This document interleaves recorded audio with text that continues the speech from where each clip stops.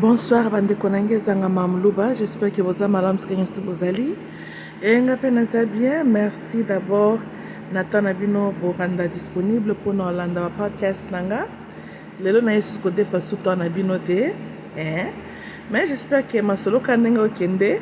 Comme toujours, je fais un effort hier que ezala quand même na ba substance que oko tirer peu moi argument moko kuna et forcer pour réfléchir ou bien même provoquer même un débat, pourquoi pas, c'est ça non?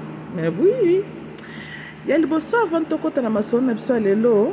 Je voulais d'abord remercier FADC na ba roquette ba beti kuna na Rwanda au moins ndenge batu ya France ezakani Monde 5 s'occupe TV Monde 5 ya ba français balobi ba Rwandais bazosala la lamentation de Jérémie o ba roquette koyeli bango kuna na Rwanda uti na ngambu ya Congo et que Rwanda connu des morts. Bon, de l'autre côté, c'est aussi vrai que le gouvernement congolais ou FADC n'a pas encore réagi, parce que c'est occupé qu'on allait mon Paul Kagame sali ba scénario naie pour justifier que soit il faut lancer une attaque contre la RDC parce qu'il a été attaqué.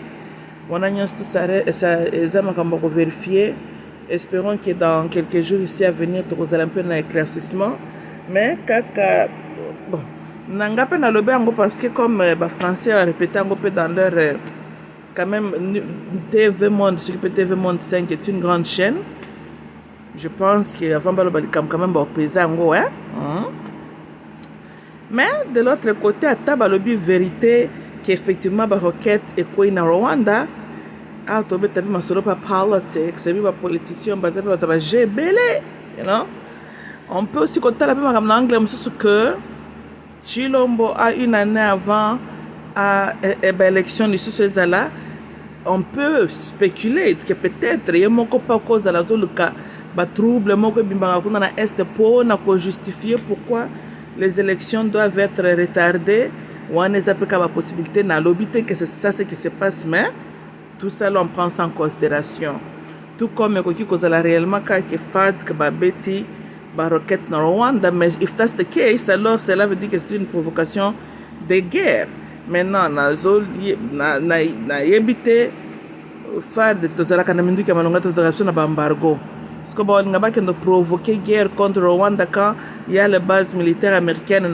Je pense que c'est en Rwanda, bien à Kenya, et puis Rwanda bénéficie de la mindu qui est aux Israël.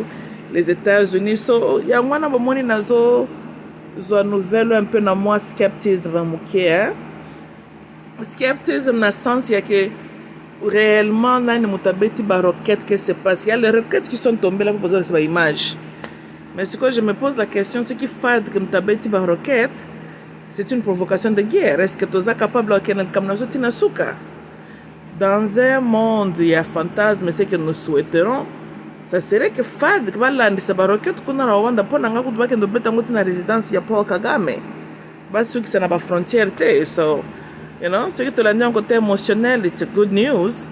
Mais ceux qui te robito to analyser ngoli suka ka bien, it's not making any sense que FADC va provoquer rétaliation militaire de la part de Rwanda, surtout que toza forte na arme na biso et que nan to gagner complètement support ya ba ONU wana te na ba membre ba OTAN to mon bamboka nyonso bazaki sima Rwanda pour envahir le Congo. Well, Rwanda de soi-même ne peut jamais envahir la RDC et puis ba maintenir guerre pendant des années, right? Na ba ressources nini o Rwanda e moko azana ngo so to yebi ke Rwanda bimisa ba muscle na ye à maintenir guerre pendant des années parce que Rwanda a bénéficié d'un support financier venant des multinationaux et les armes, you know. Et l'avantage que Rwanda aussi, c'était d'organiser qui est fort, une forte lobbying, you know.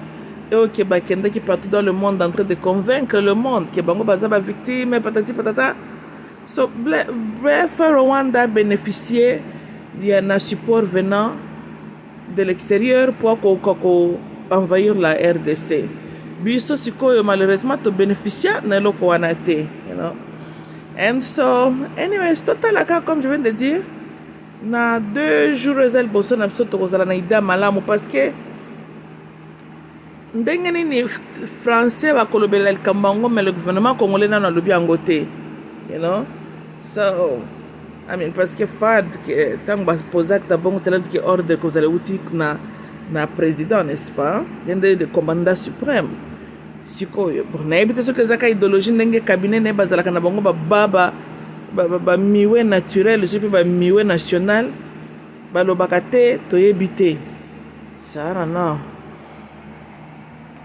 Mais soki mpe eza baje ya chilombo mpo aluka badésordre asa yokani na kagame ke bakomonte bascénario esala lokola moto baconflit mpo na aide chilombo eboost popularité na ye mpo na baélection année prochaine tozotala mpe kaka makambo wana nyonso na mayele parce que kala nyonso fad ka bando babeta barokete na Rwanda te mpo na nini, you know. Why now? Anyways, vaut mieux tard que jamais. Totala kaka ndenge makambo yokende tokocomprendre eza bajeu politique entre Tshilombo et Paul Kagame ou bien qu'est-ce qui se passe mais Paul Kagame akoki mpe kozala parce que asi abandaki na biso il est inquiet na coopération militaire entre la RDC et Uganda.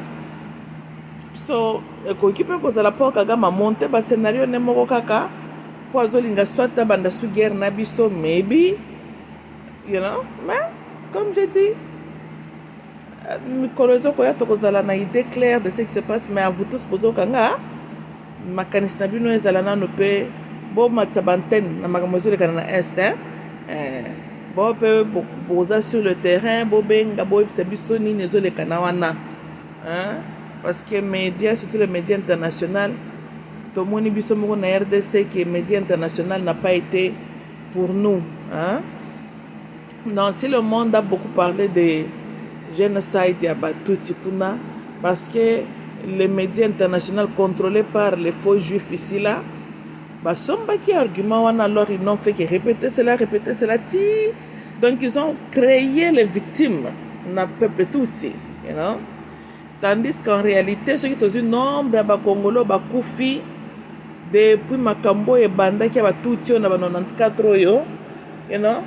Eza eloko moko zoka CNN and méga médias internationaux bazolobela yango mingi te. De temps en temps on peut faire les reportages pour na kolobatala na DRC ce qui se passe, but DRC n'a pas bénéficié d'une forte attention ya média na pour na ko souligner bien ko éliminer makambo salam na est ya Congo. Nous n'avons pas vraiment bénéficié de cela.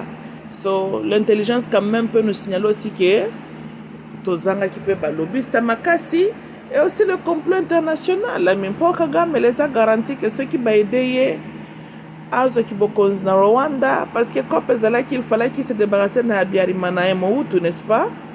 Et que cette manière les démocrates à travers le Clinton felt que bakokai kozala na accès na ba coltan na ba richesse na est à Congo, c'est à travers une guerre, you know. Mais de l'autre côté Mobutu ye wana déjà sa bande qui ne peut kokende. So guerre nga kezala skondenge ni États-Unis ba ngaba boka ba bombe en pleine ville à Kinshasa te. And so they needed to use, you know, mutumoko pour na basala the dirty work. Just like il fallait qu'il se débarrasser na Muammar Kadhafi. Ils ont utilisé Barack Obama, you know, créer une distraction sur le plan émotionnel.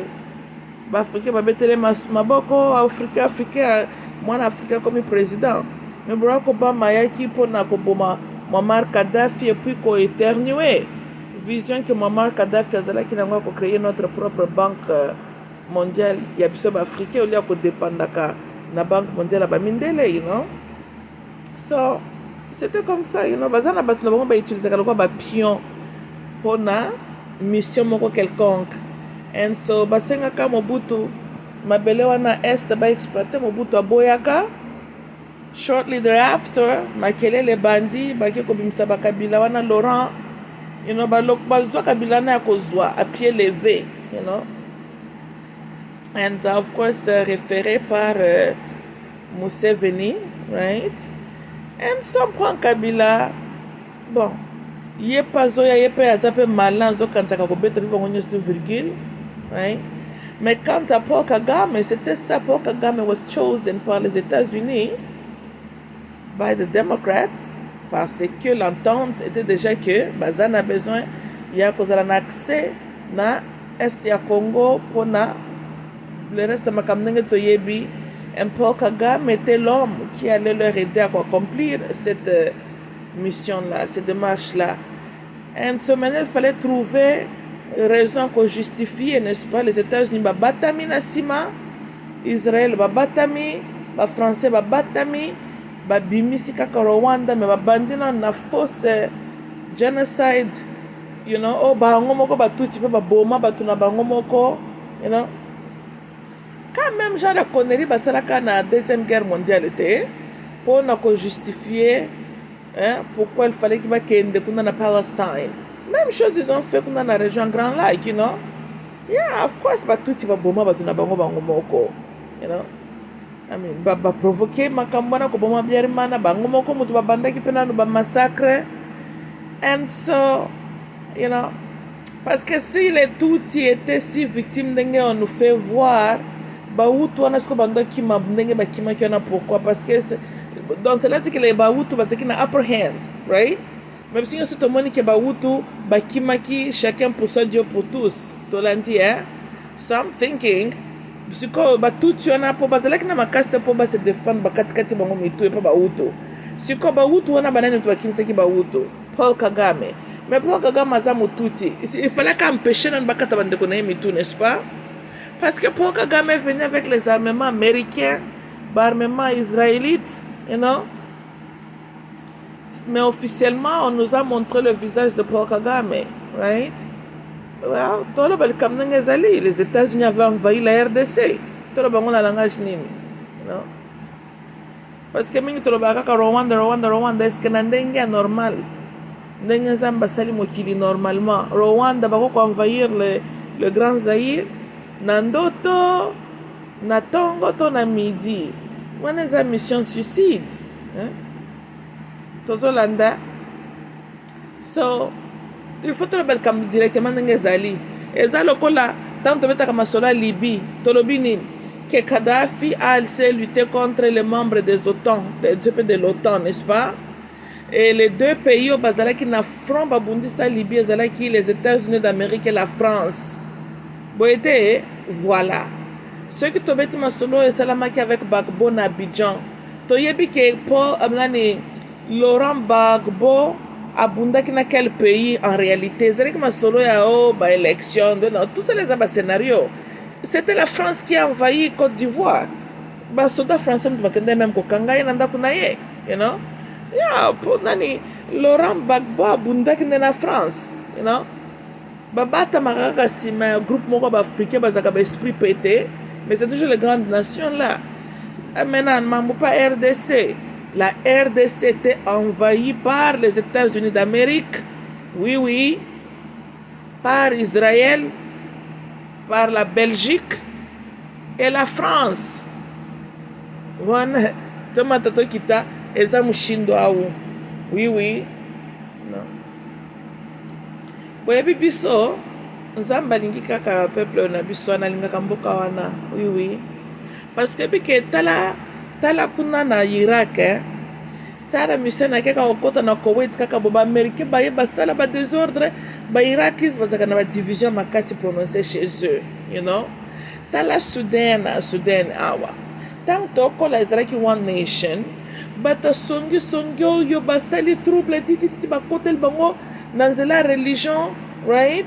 Petit bakaboli North Sudan, South Sudan, parce que je pense que South Sudan de pétrole les akuna moins mingia, so they needed to have access to that. Petit ba diviser bango, right? Bisope na Congo, le plan était à balkaniser Congo wana. Tobika. Ceci dit, nazo rappeler le subino bande konangai po bino ba Congolais bino pe bolongo bino bapisa ba mitupa si involontaire. Bozana mémoire mukuse bozana tendance à kobosana objectif ennemi na yo. Ce n'est pas bien, hein?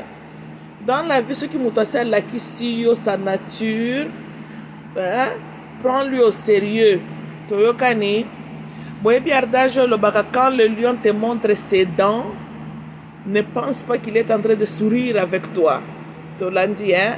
Voilà. Yo liyo azotalwa la kisio mino. What the hell yo zokanisa kazo sekisa yo foa? Omilinga kate. Omoni, voilà. Same thing.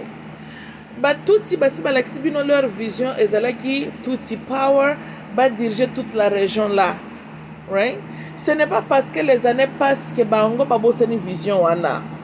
Toyokani, aussi longtemps que le Congo demeure un pays riche avec les ressources naturelles, boye baka tokozala kaka target ya ba nation.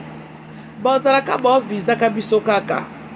Tolanda, parce que nous avons ce que eux ils ont besoin. Toyokani, de bobo sana keloko wana te. Bambaka libanga na nzete zeli ko produire ba fruit ya kitoko. Boyete Congo est un très béni l'endroit. Bolinga te Congo ko atiraka toujours batu pe mal intentionné. O bakolinga baya wana kaka po ba exploitaka. Ça c'est une réalité. Bisonde siko il faut to yebe loko wana, hein? Oui, bisonde to ba gaf bande konanga ta ba gaf. Oui. Gafa liboso na makasi ezalaki nini. Tala les générations ya papa na biso na bakoko na biso bazwi indépendance, right? Bayaya na biso comment ils ont passé leur jeunesse? Kobina bina ba distraction pamba tozolanda pona nini courte mémoire. Comme leur papa ont lutté contre la Belgique, sécurisé leur indépendance, bayana biso botami dans un Congo libre, and they took the freedom for granted. Amoni, omontango botami oza libre, ozotanga ndeki colonisation no na école, o take nani liberté no for granted. Boyebi ata Bible na bino bokangamelaka mingi au Nouveau Testament yezo lobaki tanga bengani ba diable alobi maintenant prenez soin de cette maison là sinon ceux qui bazongi mbalo bakozonga 7 fois plus qu'avant. Nalingi na baboy mundele soka abolir un système ce qui cerveau nous est normal yeba keza parce que azotient notre système en place qui est plus pire même que le système aliboso. Tolandi, hein? Voilà. Tokani. Donc ezaka toujours il faut kaka oppresser ou contrôler yo ma changer kaka de forme siko yo ko oppresser yo nango. Tolandi, hein? Voilà. Et ce qui le même blanc là tout terrain ba belge plus de 80 ans au Congo, c'était pour exploiter le Congo, garder le Congolais bazala na sekaka, right? Les Belges ne se sont pas souciés à préparer à taba Congolais que l'obi ba cause indépendance ba ko continuer ba se développer. Ce n'était pas ça la vision de la Belgique pour le Congo, right? Tout le monde biso ce modèle ba pesa bino indépendance et tanine batika ki na mboka wana. Il n'y avait même pas assez de Congolais au bazaki capable à cause contrôle la mboka na ba kende na mboka na liboso. Moi, bato tozalaki na bango ata ya malonga nani 2 Lumumba bazwi bakaki kopanza cerveau Kasavubu bazwi bakaki koekarte ye ozomona nyonso nezapeka écoutez certaines choses que comme la Congo beau exclure la Belgique. La Belgique est bel et bien au courant c'est avec leur bénédiction ozolanda. Si il y a pas quelqu'un qui a assassiné le monde, sans que la Belgique peut se faire vert. Si il y a pas influencer Mobutu, c'est pas écarter Kasavubu sans que la Belgique soit d'accord avec la vision. À the end of the day, un blanc américain et un blanc européen, sont cousins. Tolanda, ils préserver les intérêts à race blanche. Donc ce n'est pas parce que y a bengami Belgian, y a bengami américain que tout d'un coup balingi yo Congolais. It don't work like that. De place na ba ke biso pe to zape ba to ba gaf mingi. To revaka mingi. Allez, ba pesibino une fausse tranquillité. To lundi, hein?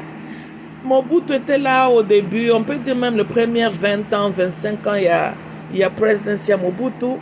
Le Zaïre était fourni a false impression of a peace. To lundi. Alors, qu'est-ce qui est arrivé? baya na biso babandi komipesa na bamusike babandi koenvisione akende mikili akende kobala soki mpe mozungu na ye kuna na mikili babandi kolotaka ba Versace na ba biloko nini bayembaka na banzembo soki mpe ilegale babukaki na bambila na ba Tour de Eiffel kuna tokoki mpe kolobaka les musiciens congolais baza mpe bacomplice na misère ya esalami na Congo. Oui, toatakaka bapasteur, les musiciens congolais sont aussi également responsables. Pour le Bible, quand on dit que les pasteurs étaient là pour faire endormir le peuple, mais quelle a été la contribution si positive des musiciens congolais à travers la société congolaise, dans la société zaïroise? Et c'est minimal. Toyokani, tout le monde a Myriam Makeba kuna, écouta quand même qu'elle se retrouvait exilée Libanda, mais elle a accepté, mais elle parlait contre l'apartheid na mboka na ye. Ba musicien boni ba zaïro bino boyebaka o bazala ki prêt. Ceux qui bako boya même azo anyata sur le corona zéro na mais bisika za na Libanda zo continue ko mobiliser zo ko utiliser plateforme na ye pour na ko plaider ka Zaïre. Comme qui? To landi hein? Leur rôle les alaki ba distraire bino balali sa peuple. Le corps babi que mutumoindo quelque part toza batumoko très créatif, très artistique aussi, c'est un don de Dieu aussi. Mais le même don là, le Satan a utilisé pour nuire avec l'homme noir. Tu l'as dit, hein? Bien sûr. Hein? Et puis, tu peux être béni avec une qualité, les dons, right? Mais tant que tu es conscient, ton âme n'est pas enlightened, kaka don wana zanango, l'ennemi a commis don wana ekomelio liability, ekomelio ngambo. Et comme il y a au crédit, tu te retrouves maintenant comme un foutaka ba principal na ba intérêt pendant une période. Les cambios se foutent la banyongonyo stona lié kaka na talon zamba pesa kiyo. Pona nini ozala ki oza inconscient. Talon na yomoko et comme il y a ngambo. Tolandi non? Et kasi quand Nzamba utilise ce qu'il a déjà mis en toi pour travailler, ça n'attend pas utiliser ce qui est en toi. Bon, ça t'a quand on talent ou ça ou quelque part à péché au monde. Si quelque chose na kati na yoana, n'est-ce pas? Mais des fois ça na kati na yonde ya ko utiliser. Ba talent na so ko za mayele te abalusi ngo na loka mabe e komelio susu ngambo. Boete e kasi za la bongoti. Hein? Si ko ngalo bien. Ba musicien ba bebsi donc ba influencer ba yana psona donc ba bota maki baza ba indépendant, right? Leur confort ezalaki tokoli na lupangu ya munene tokoli na mituka ya boye papa ne kombo ezalaki tele papa génération na baza wapi sont des réfugiés quelque part dans des pays européens, États-Unis, wapi wana, n'est-ce pas? Maintenant aux hommes à la fin de compte. Et puis c'est total la même sur les citoyens privés zaïrois. Combien de zaïrois, on peut dire, détient la richesse là-bas au Congo? Bazate, même pas 1% de population. Si comme bana wana bazaki ko beta tolo, hein? Lolo bazawabi. Il ne contrôle même pas ni biloko ta papa na bango tika ki papa na bango azo contrôler pas ta azata na stock de na économie à Congo. Maintenant ça s'appelle vanité de vanité. Mutazo ko jouir na mupépé. Mutazo azoki aolanda mupépé. Sous false prétence que bouti na 80 aba fimbu. Maintenant kimia ekoti, mais une kimia toko bengango kimia superficielle toko koloba, right? Non. Parce que les fondations sur les fondations dans l'homme zaïrois pour se développer n'étaient pas là. Et ça le colosol ngotonganda comme matango étage mais fondation eza solide te. Yo moninda kone osala nini? Ata o commission ngosipe na combien de niveaux. D'ailleurs kutoko kende ngo pe niveau musika te ba mais je pense que dès qu'on matiri suka kama ba poa muke ndako nyoste ko yoti. Boete kasi yango mointe Congo depuis 1960 besoin d'indépendance beaucoup kako développer beaucoup ka longwa na première étape wana te parce que la fondation n'était pas bonne aux homona Mais on vous a donné a false illusion. Il y avait la paix, tout était beau, right? Et bino pe lokola, ça vous prend toujours des fois moi to zaka nango pas congolais to ba to comprendre mam kaka en retard, hein? Oui, congolais a fonctionné kana milimo ba rétrograde. Bon monde ba planète zaka na ba rétrograde. Congolais zaka na ba rétrograde naturel abota manango. Donc ba événement cause la lelo zo sala maboye. Donc il faut événement c'est là 10 ans pour Congolais comprendre makambo sala maki lelo. On appelle ça bagaf boza nango faut bosala nango fort. Bo se délivrer na milimo na ba rétrograde bosala kanango. Esprit rétrograde et à malamuté.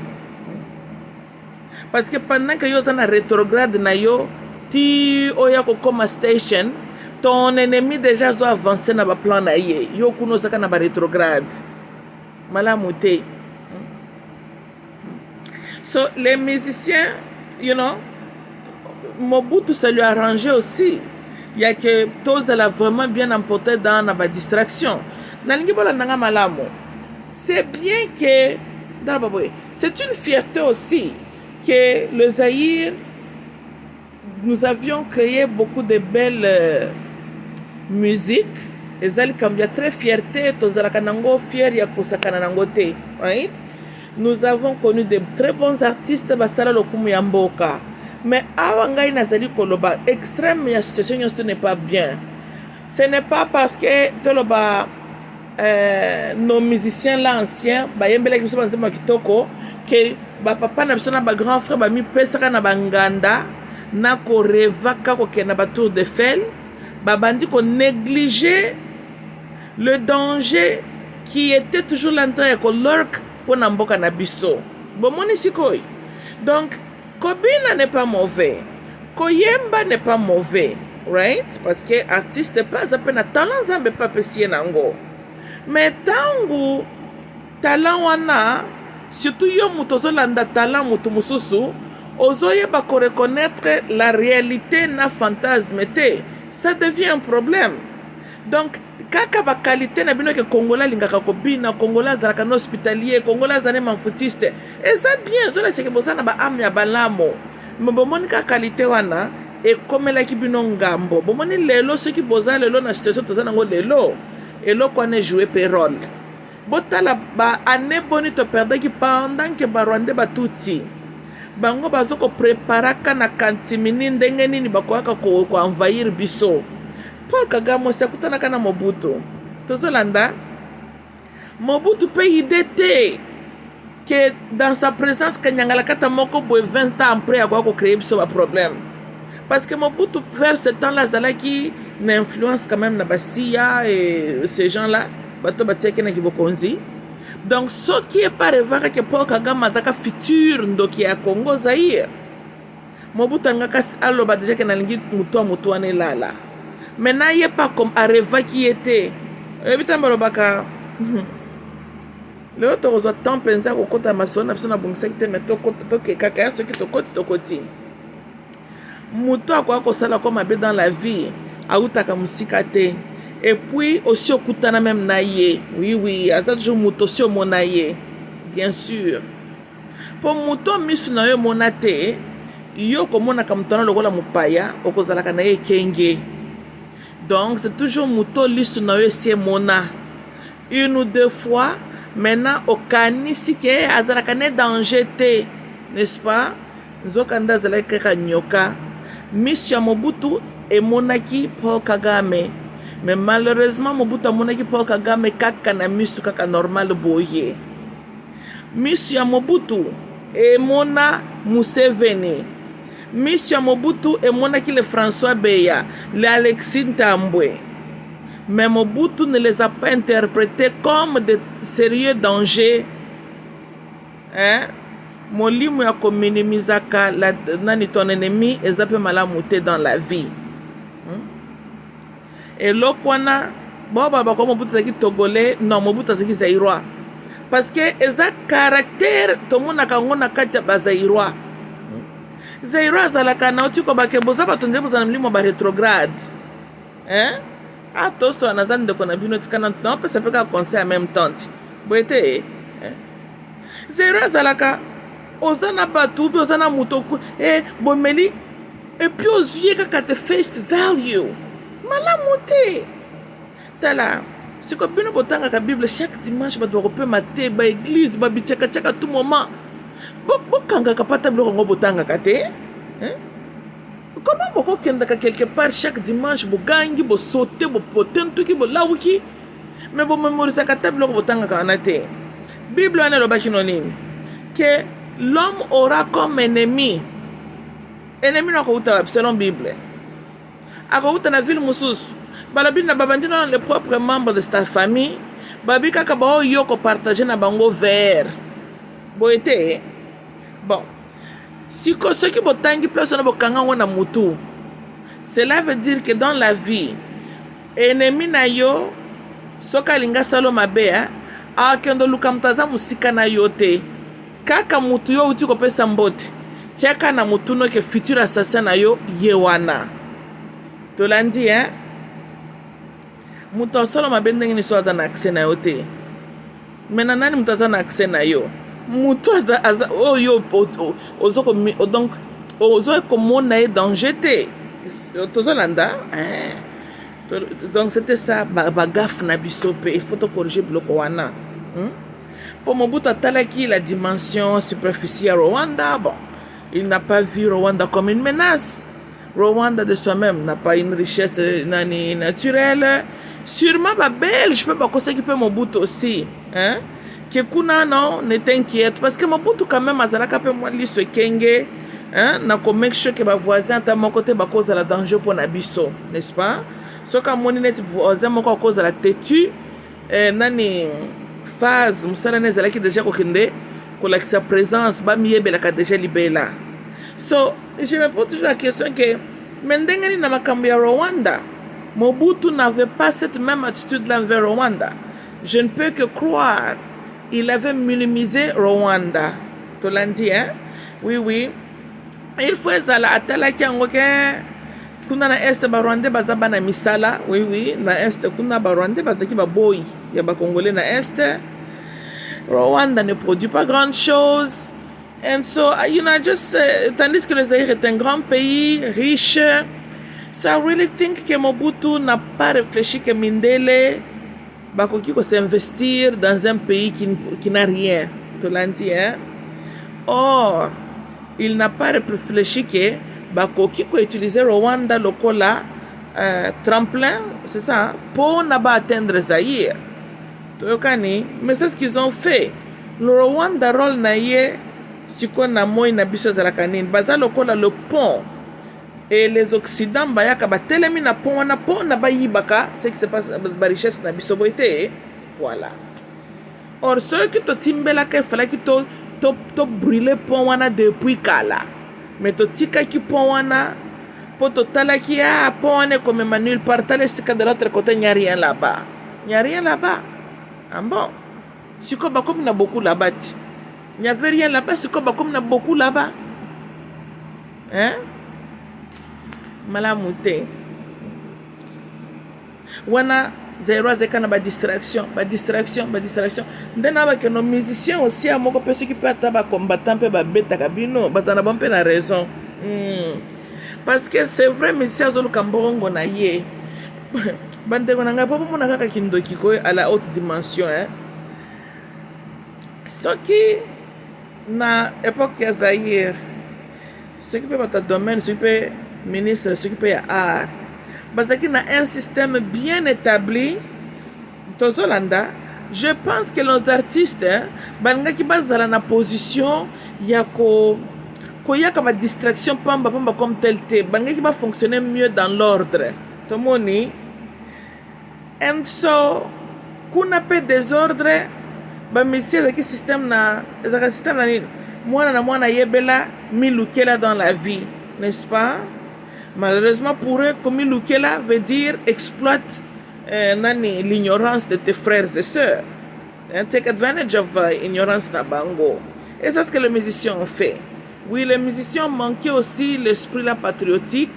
Ba utiliser ki la naïveté ya bandeko na bango po bango ba misala la mbongo mutema pe kaka ya mabe to landi mais à vous aussi oyo botika qui peut ko ba manipuler bino ba la distraction faut te peser à bino, you know. Bolobaka, on ne chante pas la victoire avant la guerre.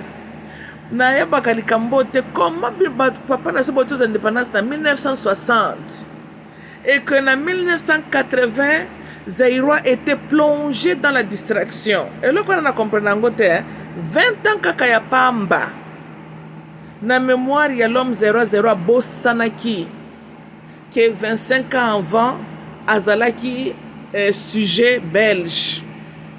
Zero Bossani ba film bukoko na aliaki. Zero Bossani que son indépendance était toujours très très fragile. Sa liberté était toujours fragile. 20 ans kaka. Et bon quand on tabeta masola ba musicien yo, ils ont régné pendant quelle période? Ba distraction ba ba tiaki biso. C'est ça qui pendant mainly règne Mobutu, n'est-ce pas? Règne Mobutu zaki quand? Beaucoup pendant 65 tina 97, n'est-ce pas? So just think about that. You know? Donc, aux hommes, la majorité de qui vivant quand ils étaient sujets belges, ou bien botami, yoki qui est aussi indépendant, mais qui na conscience te, il y a combattre là, cette liberté là, loko la liki. Zero azi liberté na atiango na mesa, azu molangi asimbi, ata l'enfoyi abasi mabe. Akata maringa mabe areva kande tour de fel mabe baninga bazotala balobi Rwanda tozalaka na eloko te mais biso pe tozolonga to exister. Notre grand voisin le Zaïre, eux ils ont tout. Qu'est-ce qu'on peut faire? Babandi ko travailler na CC pendant que Zaïrois azokata maringa lokola mibali na sopa ba Zaïrois ba pe bandumba naturel batindeli bango toutes les belles femmes ya Rwanda bakendo zala ba deuxième bureau ya ba officier na ba grand homme la Zaïrois ba espionnete tozolanda Kagame asali bobenga ka a psychological profile ya l'homme Zaïrois à comprendre que l'homme Zaïrois est un homme distrait. Homme Zaïrois est un homme inconscient. Oui. Et bon, autant il y a le bique kobanga Zaïrois te bangweza ka musique basi na masanga. C'est une manière de dire que baza ba inconscient.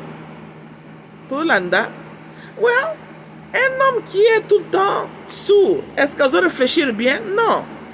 Un homme qui est tout le temps kobina bina, est-ce qu'on doit raisonner? A raisonner te. Un homme, quand il est avec une femme, il est même prêt à signer même vie na mobimba, n'est-ce pas?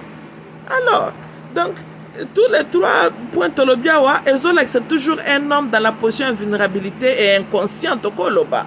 Mais dans une position où même qu'on signe, à quoi personne va livrer tout.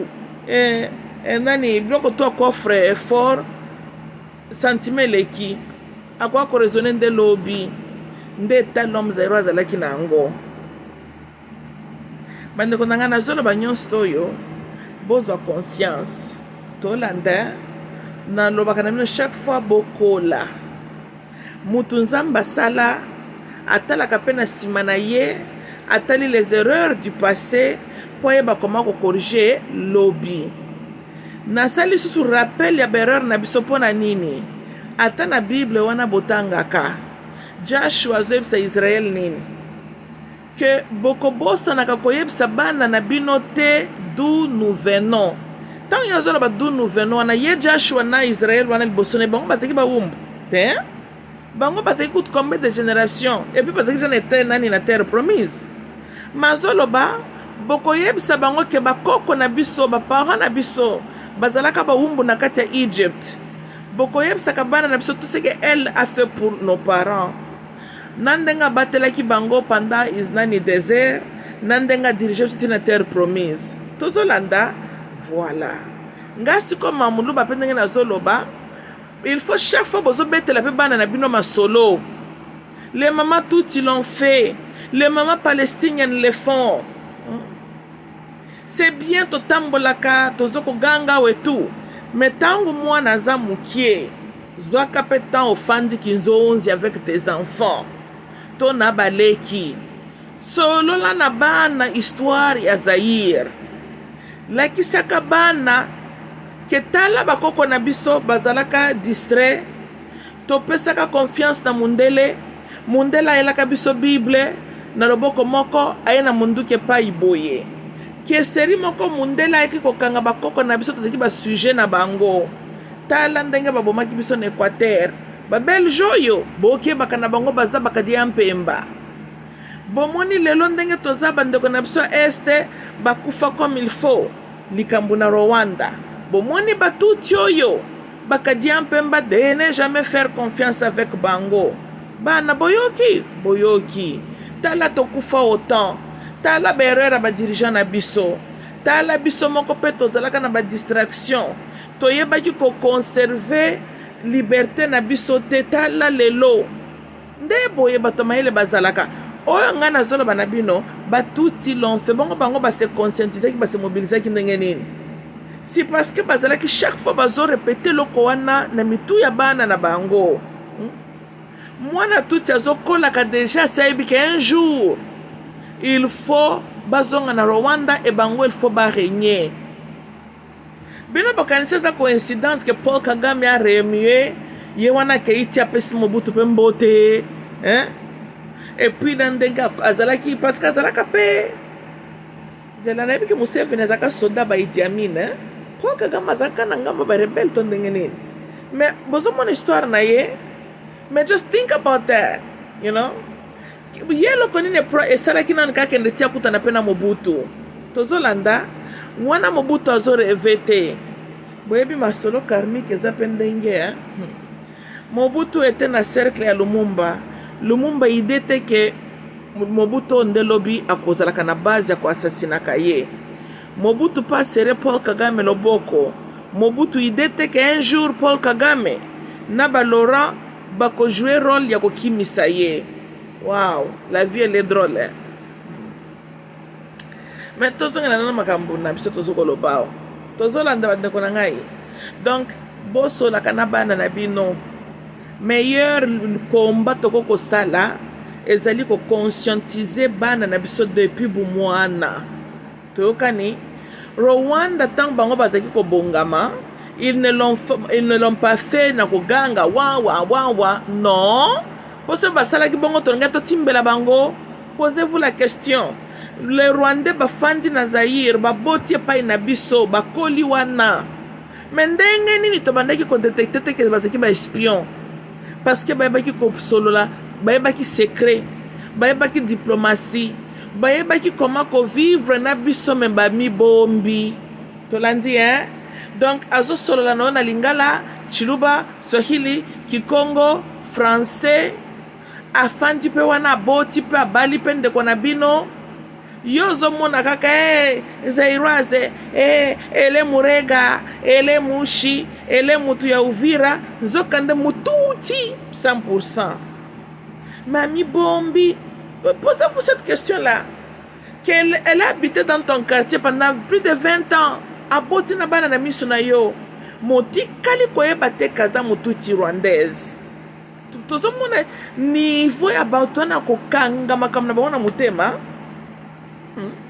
bandeko ne mpe bayaka mpe wana kotala ye bapesi mpe bino mbote boseki mpe bosololi ntango bango babendani bazomipesa na bacompte rendu ya baobjectif na bango me boza na bango kaka wana me botikali koyoka ta kozeri wana te botikali ata kosuspecte loko wana te ndeko na nga j'espère que bozo comprendre loko ngai nazokoloba wa tozolanda bozwa mayele yango chaque fois nazosala no bokola bozwa mayele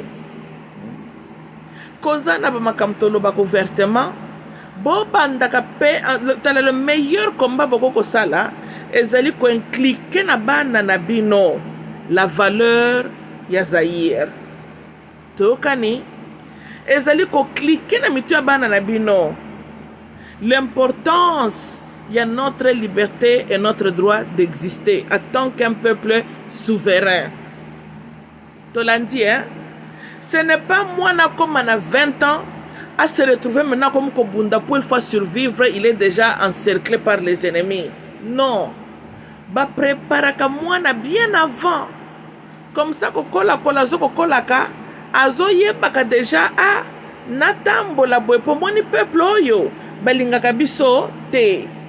Tozolanda peut-être na ba masolo mususu tokozalaka soko moni mutu moko aza mbunzu bizarre boko permettre azala parmi bino te pona nini parce que osio kebisaki mwana omoni eloko nini esalaki ke barwanda na bafandaki na biso tozoyeba kodetecte bango te parce que nos parents ne nous ont pas aussi avertis des Rwandais Tutsis.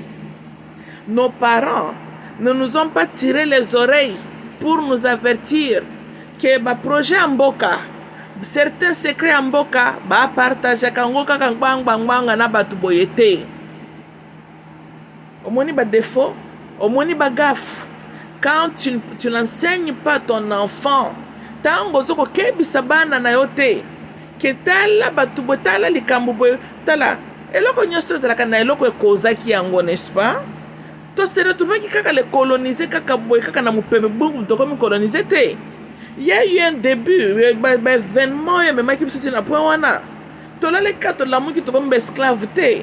Eza ba événement zalaka progressive, n'est-ce pas? Nde loko il faut ko pesa bana conseil siko na parti wana. Hein? Que makambo utaki wapi tie progresser ti to komaki na point wana. Po bana bazo mayele. Toyokani boba ndaka ko cultiver kibumoko. Que tozana d'abord ba congolais ba zaïrois. Ndebo il faut ko lakisa bana na bino. Que esiko yo na zaïrois botelemi bozo solola.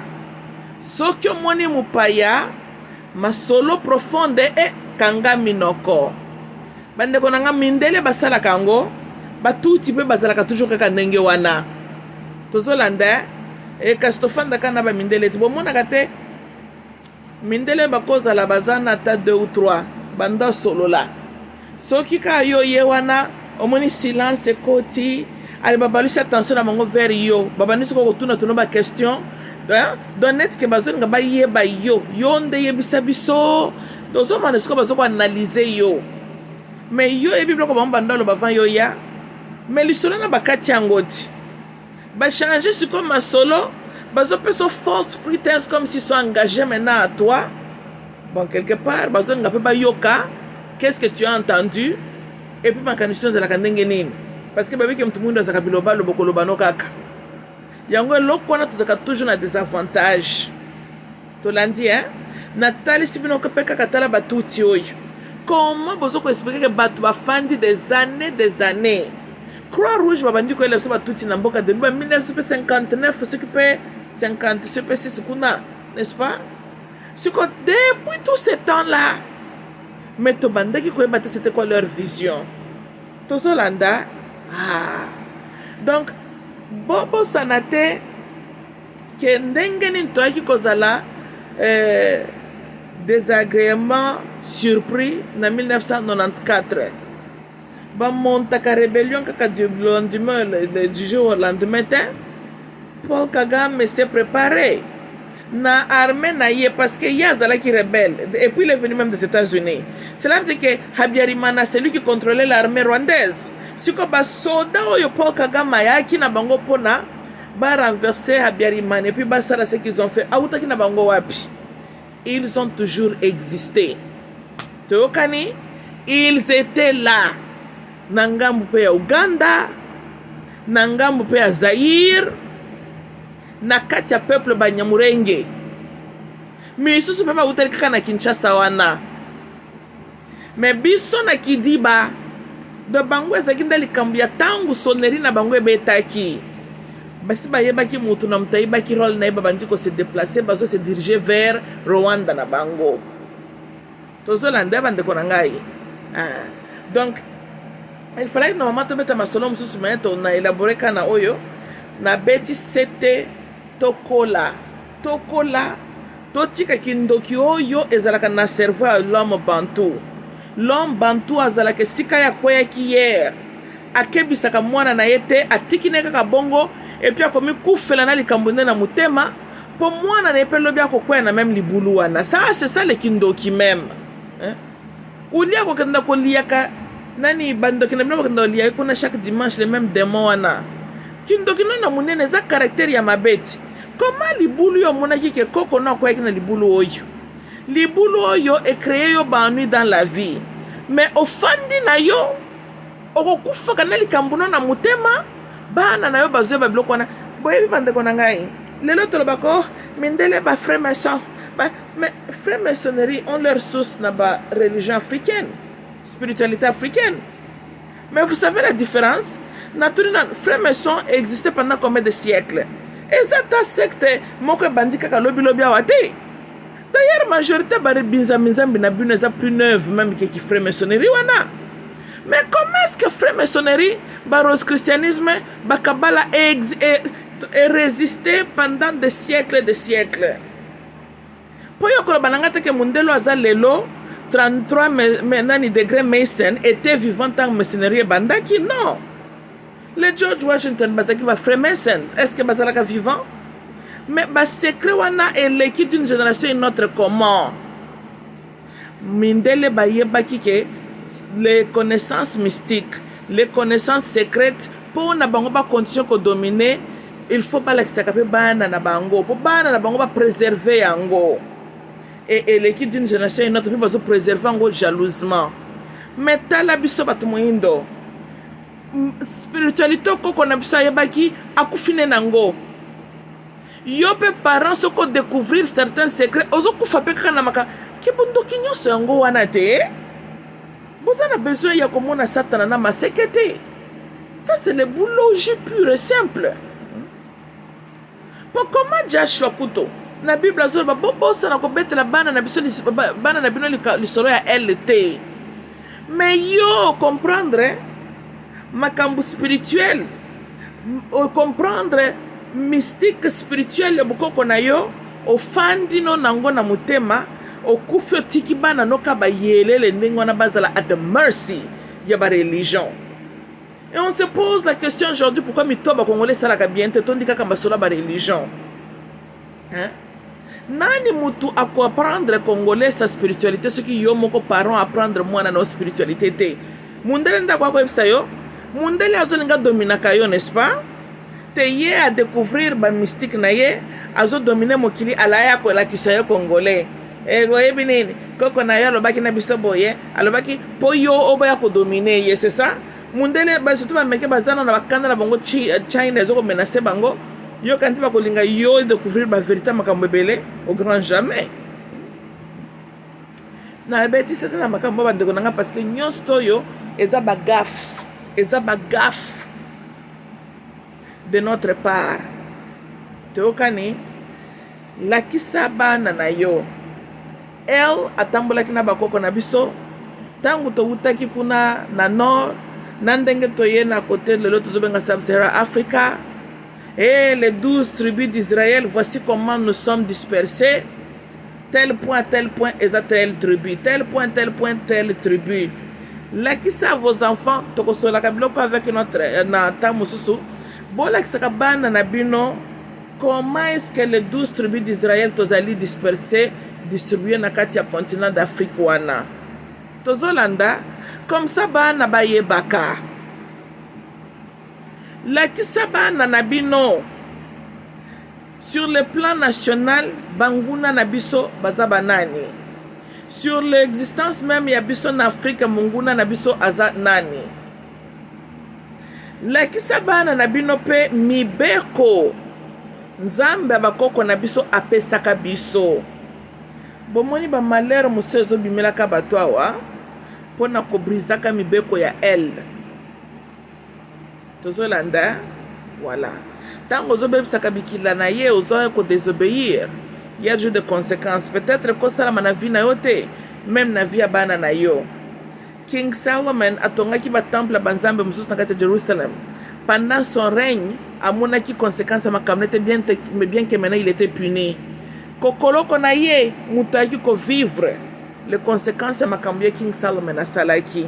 Tokani bokoma yele lendenge wana parce que bo perda sans spiritualité na bino mais à vous oyo bozana na biloko na bozoyeba yango, pass it on. Tolandi, hein? Même quand je prends mon temps que sur la canabino boye, c'est quoi, presque 1 heure de temps ou bien 1 heure plus. Ce n'est pas parce que je ne veux pas autre chose plus importante de faire avec mon temps. Mais ngai na raisonnaka que lobi na cause à la te et que mon âme se tient devant mon créateur. Au moins na simananga na cause à la peine na tika qui empreinte nanga. Ata congolais moko kote le malobi ke Mama Muluba asolaka na biso pe boye. Peut-être na bino bozoka nga lobi toza na futur leader ya Congo, qui sait? Tozolanda. Et s'il serait même influencé na ba maloba nangai na kozala na confort na mutema nanga, je serais que en tout cas c'est un leader à kozala spiritually conscient. Pour tout ba esclave mentalo bazoko bambela kabisa ba mindele ba tie ba imposer la kabisa na ba président soyo. Tolingi susu ba capital ya ba plantation d'esclavagisme était. L'esclavagisme a déjà été aboli. To boy bato ba regarder biso na plantation esclavagisme. Tolingi su bato wana te. Tolingi su bango te. Et puis ngonga na bango pe na ba mettre na bango blanc ngonga na bango pe komi ko sila. Mais eloko na ngonga na ngoti. Toko tika na kapeka ka ba ignorer éternellement te. Non, you know. Ata Bible na botanga ka ela lobi, il viendra un temps ako molimo na ye ko s'exciter na kati ya bana na ye. Tozolanda? Oui. Bongo bokanisi ata ba biso to botami ba milimu to ba rebelle. Hein? Ngamo na kola ki na église. Tozolanda? Mais eza ndenge masola Bible ezo kende, you know? Eza ce n'est pas programmé, eza kaka ndenge wana kaka. Ponzambe pas ko tika te que peuple ne va périr complètement, non. Nous demeurons toujours le peuple de Dieu, malgré nos gaffes. A permettre que tout quoi tout souffrir par conséquence pour nous tirer les leçons. Mais une chose est vraie, notre nature ne va jamais changer que elle a pour nakabiso. A tambola kana bakoko na biso, il est notre Dieu, il va restaurer son peuple. Teokani, boko la kisabana na bino nyonso ngai na utikoloba. Tolandi hein? Botika biloko na bino bundoki wana ba Malachi chapitre 3. Toyokani bokanga kaka toke église Malachi chapitre 3 botika na ba prédication buzo ba wana. Malachi chapitre 3 etongaka nation te. Malachi chapitre 3 epesaka bato misala te etongaka babalabala te. Malachi chapitre 3 eza po ozwa dollar opesa pasteur. Tozolanda yo luka o enrichir conscience ya bana na baleki na biso. Malachi chapitre 3, Malachi chapitre 3. Ba passer ngo buta bateya te ngo banzwaka bambongo na bango ko kaka te. Bolembisana na mateya wana buzoba. Tokani Bible za munene. Il y a beaucoup de prédications beaucoup de fois na kati ya Bible ndenge nga na utiko sala na poko pona ko convey mateya epai na bana epai na baleki. Ezakali kama Malachi chapitre 3 te. Tolembi verset wana. Verset zongi biso sima. Verset yozo lelo misale zalaka te mpiaka mikolo nyonso membongo ya kokende kokokisa Malachi chapitre 3 ozalaka nango. Ce que du moins bozalaki ata botinda kango na lola mbala moko e mati je pouvais comprendre. Monzi pe mbongo ki otia na panier lobi ya kokende na compte bancaire à pasteur. Mais chaque dimanche tu continues à répéter la même chose. Bona ba mvutumo moko ezalaka te. Mais encore une fois na beti c'était pour l'intérêt ya mboka. Bo doser na prédication wana. Tokani tango Congo ekokangolama complètement. Quand nous serons nous aussi vraiment en train de jouir, il y a état na biso ya terre promise. En ces jours-là, beaucoup te ya bana na bino masona bino Malachi chapitre 3. Ancien Testament est composé na ba livre mususu po même mutoko ensemble ki Bible ba ki ke il faut batbaye ko la pe makambo mususu za ka Malachi chapitre 3 te. Ce qui est si important, il fallait que yango moko ndeza la seule verset na Bible mobimba, n'est-ce pas? Mais toza na ba livre ba Psalms, hein? Toza na ba Genesis, toza na ba Numbers.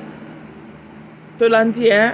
Donc pour na ba verset malonga na Ancien Testament, oyo ezo ko inspirer ko kola makanisi yo fungwama, bozo courage ko telema. Pour na ba verset malonga, elle a zo promettre qu'il va restaurer Égypte. Son peuple, Ethiopia. Oko tanga ba version était vraiment tangela ngo bana na yo. Elle a lobby que ako gather bana na bino de tous les coins de la terre akoya kozongisa bango na kati ya terre promise na kati ya Israel, hein, Jacob. Tangela bana no ba verset wana que le vieux homme avait quoi, le rêve, et l'enfant aura la vision. Tangisa bana no ba vision nani ba verset yango wana ko tangela bana comme ça bana bazwa mpeve motivation que tokobangela côté ngonga na biso koki tolandi, hein. Donc Bible eza na ba verset belo ko tangisa bana bazwa mayele à part ba verset kaka pona ko komisa ka ba pasteur riche. Et puis ce qui pasteur a boudé matin ya malonga bo betie miseba. Ce ka bo moni pasteur azo boudé que bozo ko conscientiser bana bo beta pasteur na makofi. Ce qui passe c'est penta kenata na uranda kuna. Yango ko teka batna tipo c'est si là. Parce que ngana mona kutu boko guerre ba pasteur boko ko tika bango kuna na Zanzibar, hein. Oui. Teka batona ba kenda bango kuna na Tripoli. Baza inutile dans la société. Même c'est la somme boka, c'est là qu'on te bénéficie na bango, c'est toi qui bango est le problème. Bango biso de batal boso ko teka batao. Ko teka bato banda depuis Israël. Bana na Jacob, c'est ba teka ka Joseph. Biso to ko teka ba pasteur na ba kende na bango. Eza na den na to teka ka batuti. To ko teka pe bango ba kende. Na kutu benza comme si fonza mba sungana ko mata na autorité na mboka wana. Bola la benza bolamuki ba église ko. Et puis soki na moni muto alamuki dimanche chacun na porte église. Po okutana na banatete ba garde na bakangi kangi. Na yondongo yaki olali na soko za fimbo. Oui. Ngai na ko délivrer bino na milimu wana buzo bozalaka nango. Na ko délivrer bino penza. Amani ba connerie pourquoi vous prenez votre temps besoin ngoko yokate, hein. Po bino boka bien na chicote. Oui. Ngana na ba esprit wana. Oko tanda moko lia mututu na yo moko bando réciter la Bible de oyaki na Ida Malachi chapitre 3. But the time I'm done with you oko regretter.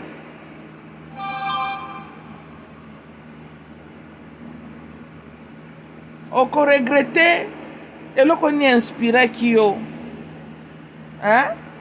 Yo moko bando fete Bible wana lisusu bien pour mututu wana kozala olie. Il faut comme kama yele mbala moko pourquoi linge répéter ce deuxième fois te. Je vous dis que si on a salika bongo une année za mingi, au moins de batumite comme normal, ils vont toujours prier pour que samta sambela te boko sambela ngo ngyo sambela mais boko sambela scope boko na conscience boko na mayele fimbo o bet na bandina na pasteur na bino. Surtout bayo bango kota na ba politique bambu ya kabatu pamba bako beta mabango na okebeta la bango na stade Kamanyola. Kasi photo pe exemple bango na ke bandila bango na stade Kamanyola. Nani évangéliste na ba diacre na ba bishop to bomoni to kebeta la bango wapi. Ba pasteur to kebeta la bango na stade Kamanyola. Ba msus na kan chache to kabola ba kan. Pasteur a lié frappe na stade Kamanyola ba évêque na ba évangéliste na ba bishop na ba archbishop kuna na Kamanyola na kanchachi, comme ça bako yoka ngo bien pensa yesu pa beta makiti. Alors nous en c'est la Bible bon ngandem tal boso ko beta batu na Bible. Ponce Pilote beta ka yesu Ponce Pilote Bible ba yake ndaki lu fel amata lolati ya beta ki ka yesu beta ki ka ba fimbo bo makieta ngana bino ko boma pasteur na ko beti sende fimbo na ko bomete. Bato bako rendre nga ba pasteur nde bazaba Judas na kozala plus punique nga na kozala na zoti ordre na mboka. Judas ayelinga pasteur na memia na stade Kamanyola abetami comme il faut. Masumu ya frappe ne ko tombende na mutu ya mutu ateka ki yepa inanga nganga nite mena ko beta ba pasteur wana na silis na beti na ba chrétien so na beti ba pasteur puis yo ye dimanche ko sambela na église na ko beta yo nzela zozonga ndako na yo moko zo sambela nzela une année za mingi bo comme normal. Bomba bambongo na bino boboko na ngo bana na bino to bokendo kabela ka ngomba pasteur. Ba mama ngosela ka bino mikusana ba poche, hein. Okozonga na bambongo na okendo lukela bana mapa lukela bana miliki bana balia okendo kabela voyumo ko bwala lia la muki. Je suis serviteur de Dieu, je suis serviteur de Dieu.